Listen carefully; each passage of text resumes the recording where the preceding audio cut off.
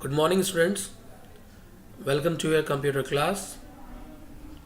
In the previous class, we are discussing the exercise session in which we had completed tick the correct questions and as well as fill in the blanks of the chapter computer virus and security risk. So today we are going to deal with the question answers of the same chapter. So coming to the textbook, here as you can see, I am just going to revising the answers of the fill in the blanks. If some of the children who has not been completed till now, do it. So the first one, an illegal act involving internet and online is referred to as a. So for this question, the answer is cybercrime. The virus that gets activated every Friday, the name itself showing that it's a Friday 13th of a month, Jerusalem virus, which is discovered in the Jerusalem University. A common type of virus that adds virus code to the regular programming code in the file is file infector. Program that display online advertisement in a banner and the web page are adware. A program that detects the changes caused by a virus in the computer is again antivirus software. Now coming to the fill in the blanks, any illegal act involving computer is referred to as computer crime. Okay, here you will write computer crime. In the previous video, if you can see, there I have written the answers. Okay, computer crime.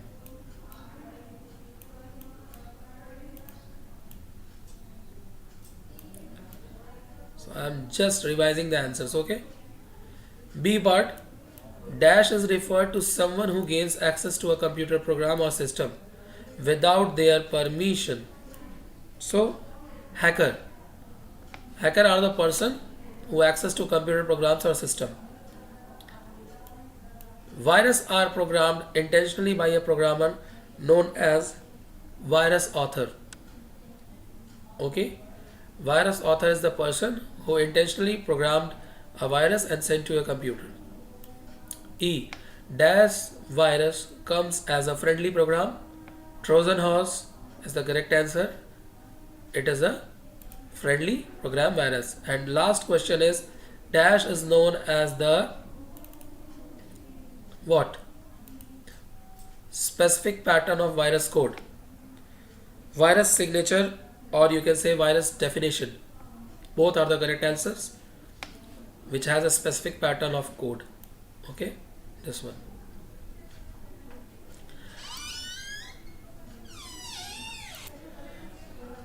What do you mean by computer risk? So here the first question says that what is the meaning of computer risk? Okay, so this answer you can find on the first page itself of your chapter, page number 146. Okay, page number 146. Here it is given, computer security risk is a term known for any event or action that could be harmful for a computer, hardware, software and data information processing capability. Okay, so capability, this is the answer of your first question. You can write one more line to that. Some breaches to the computer security are accidental while others are planned. So this is your answer 1, means you can say A. Okay, A answer. Now coming back to the second answer. Question is, what is a computer virus? Explain the different types of viruses. As you had read in the chapter computer virus, the full form of virus is vital information resource under Cs.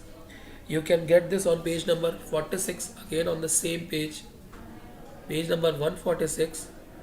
Here it is written, virus stands for vital information resource under Cs. Virus are programs which are created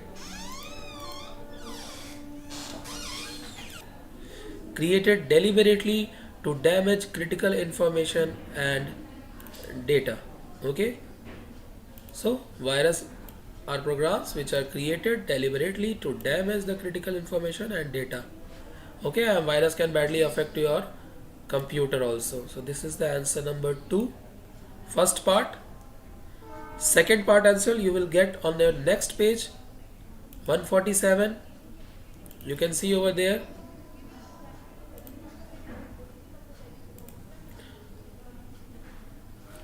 Types of viruses. There are different types of viruses given. You just have to write the names: worm, Trojan horse, file infector, boot sector, rootkit, spyware, adware. Okay, these are the names of different types of viruses. So this is answer number 2, second part. Okay, now coming back to the third question. What is the difference ways through which a computer may get infected by a virus? What are the different ways so our computer gets infected? So page number 147, you will get a simple answer of this question. Virus gets activated on a computer with 4 basic ways: opening an infected file, running an infected program, booting the computer with an infected CD or pen drive, downloading an infected file from the internet. If you download any infected file from the internet, your computer gets infected. If you will insert a pen drive or CD, then also it gets affected. Running an infected program, any softwares, or opening any file attachment or infected file. By these ways, your computer gets affected with a virus. This is answer number 3. Okay, I hope this is answer number 3. Yes, answer D. Okay, fourth question. What is an email virus? How does it spread? What is an email virus? How does it spread? So on the same page, page number 147, email viruses. Email viruses are spread by the files attached to email messages. As email attachments have become more common, the number of email virus also has increased. This is the answer of the first part. Okay, what is an email virus and how does it spread? So here, when we open an email attachment that contains a virus, the virus spreads to our computer. If we forward the attachment to other people, their computer will also be affected when they open the attachment. Okay, many email viruses can also access your email address book automatically and sell themselves to store there. So till here, starting from here till here, second part. Question number 4, second part. Okay, now coming to our last question. What are the different methods of virus prevention? What are the different methods of virus prevention? How can you protect your system from virus? So here the heading, virus prevention. Some simple steps can protect your computer from virus. These are: first, backing up important files frequently. Day to day, you can take a backup of your files. Then it will not be lost because you will save them to other place while taking a backup on different device. All files that come from an unknown source should be checked with an antivirus program. Many unknown files are there which you download or get with an. So first you check it with an antivirus program, then they should be used only when they are found to be totally virus free. And third one, every computer should be equipped with some antivirus program. There should be an antivirus program in your computer. Okay, many operating systems come with such programs. If not, then they can be purchased from the market to keep the virus away, like McAfee, Norton, Quick Hill. These are the anti softwares which prevent your computer from getting infected with a virus. So students, we have completed the question answers of our chapter. So note it down, revise it and learn it. And now we are going to deal with a new chapter. Let's see what's the chapter's name. So here Photoshop is the name of the chapter. This is new chapter which we are going to deal with. So the topics which are to be covered in this chapter are, first of all, Photoshop. What is Photoshop? It is a editing software of images, photo formatting software. How you start the Photoshop workspace where you edit and format the pictures. Working on Photoshop, different color modes, layers in Photoshop. There are different layers in Photoshop on which you work, taking them, because if you want to format or edit any picture, you have to work with layers, and for each time you have to select a layer to work on it. Now different filters in Photoshop and how you will save the Photoshop image. So these are the topics which we will be discussing in this chapter. So coming to our first topic, Photoshop.